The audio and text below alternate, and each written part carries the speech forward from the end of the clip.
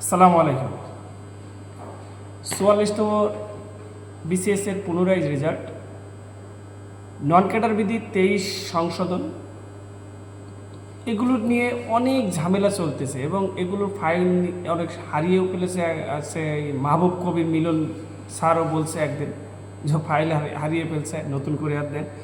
যাই হোক, প্রথমেই ধন্যবাদ জানাই মিরাজ মিয়াকে। সে অনেক তথ্য দিয়েছে পিএসসি, যেগুলো পিএসসি খুবই বাজে করতেছে ছাত্রদের সাথে, সেই তথ্য, সেই জন্য তাকে ধন্যবাদ জানাই। সে যে কথাগুলো বলছে সেখান থেকে এই বিষয়গুলো নিয়ে পিএসসিতে এনসিপির মিরাজ ভাই সহ আরও অনেক নেতৃবৃন্দ গিয়েছিল। ওখানে সার্জিস আলমও হয়তো গিয়েছিল, রাসনাত আবদুল্লাহও গিয়েছিল। যাই হোক, এই বিষয়গুলো নিয়ে তারা ওখানে কথা বলে এসে মিরাজ ভাই 1 ঘন্টা 12 মিনিটের একটা ভিডিও করছিল, লাইভ ভিডিও। সে ভিডিও থেকে কিছু তথ্য আমি আপনাদের বলি। যেমন খুব কোর তথ্য যে 1 সপ্তাহে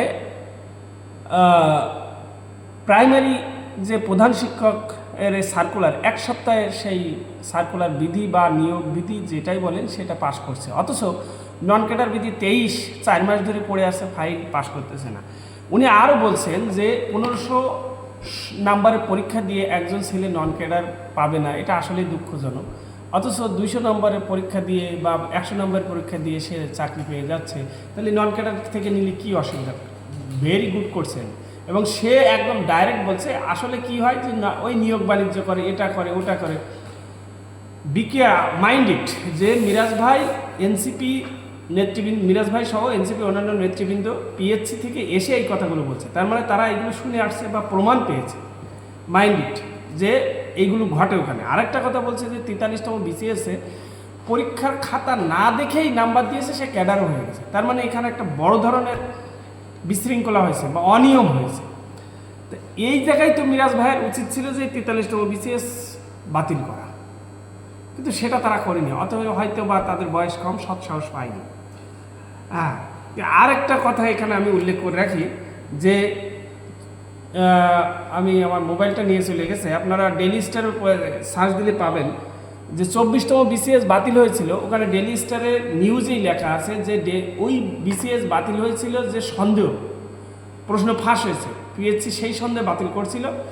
পরবর্তীতে পিএসসি বললে যে প্রশ্ন আসলে ফাঁস হয়নি, কিন্তু স্টুডেন্টদের ডিমান্ডের কারণে বাতিল করছে। তাহলে এখানে স্টুডেন্টরা 23 নন ক্যাডার বিধি 23 সংশোধন চাচ্ছে, সেটা কেন দেরি করছে, ডিলে করছে? তাহলে এনসিপির যারা নেতারা গেল, তারা 1 সপ্তাহের একটা আলটিমেটাম দিয়ে আসছিল কি আসেনি জানি না, কিন্তু 1 সপ্তাহ তো হয়ে গেছে, তারা আবারও কেন কথা বলছে না?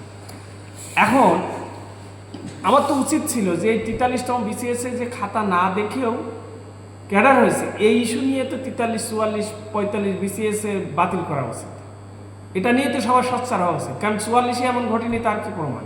45-এ সবচেয়ে বেশি ফেল করছে, এখানে ঘটেনি, তার কি প্রমাণ? হয়তো খাতা হারিয়ে ফেলেছে, কারণ ওই সময় সরকার ট্রানজিশন হচ্ছিল, পরীক্ষাটা আরেকবার নিতে পারতো, নিয়ে একটা সুশৃঙ্খল ইয়ে বলতো। যেমন 46-এ 10,000 বেশি টিকা দিয়েছে, কেন? যেহেতু সন্দেহ তৈরি করছে। তো 45-এ তো সন্দেহ তৈরি করতেছে, তাহলে সেই ভাইবা আবার নিয়ে যাচ্ছে, মানে খামখেয়ালি এখনও চলে যাচ্ছে। অথচ এনসিপি এখন আর কথা বলছে না। এখন এনসিপি, এটা নিয়ে আমি কেন কথা বলছি, এনসিপি এখন সালাউদ্দিন আহমেদ, আমাদের বিএনপির স্ট্যান্ডিং কমিটির মেম্বার, উনি একবার বলছিল 43, 44, 45, 46 পরীক্ষা বাতিল করা হোক, কারণ ফ্যাসিস্ট আমলের এই পরীক্ষাগুলো অবৈধ, এই পরীক্ষাগুলো নিয়োগ সঠিক নেই।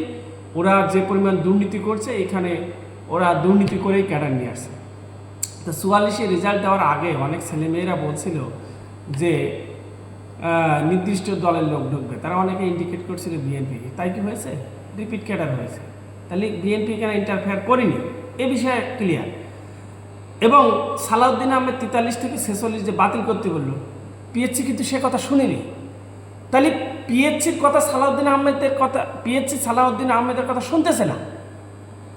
কিন্তু মিরাজ মিয়া সালাউদ্দিন আহমেদের সেই স্ট্যাটাসগুলো বা সেই নিউজগুলো দিয়ে এখন বলছে, বোঝাতে চাচ্ছে যে এই 23 নন ক্যাডার বিধি 23, এই যে কালো বিধি সংশোধন হচ্ছে না নাকি বিএনপির কারণে।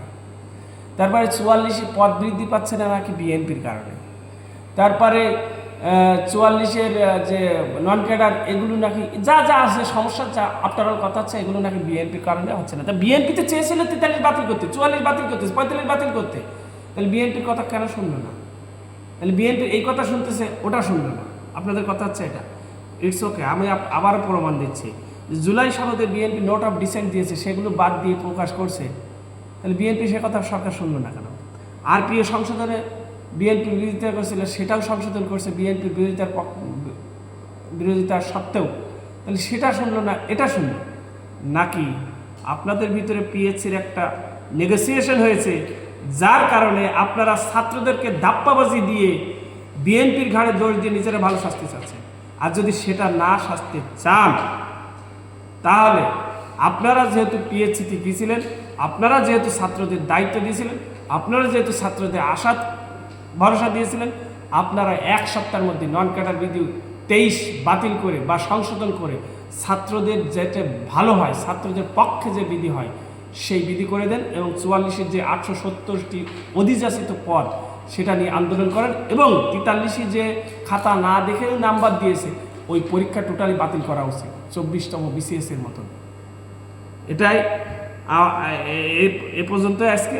আপনারা সবাই ভালো থাকবেন, কথাগুলো খুব দ্রুত বলে ফেলবেন। আসসালামু আলাইকুম।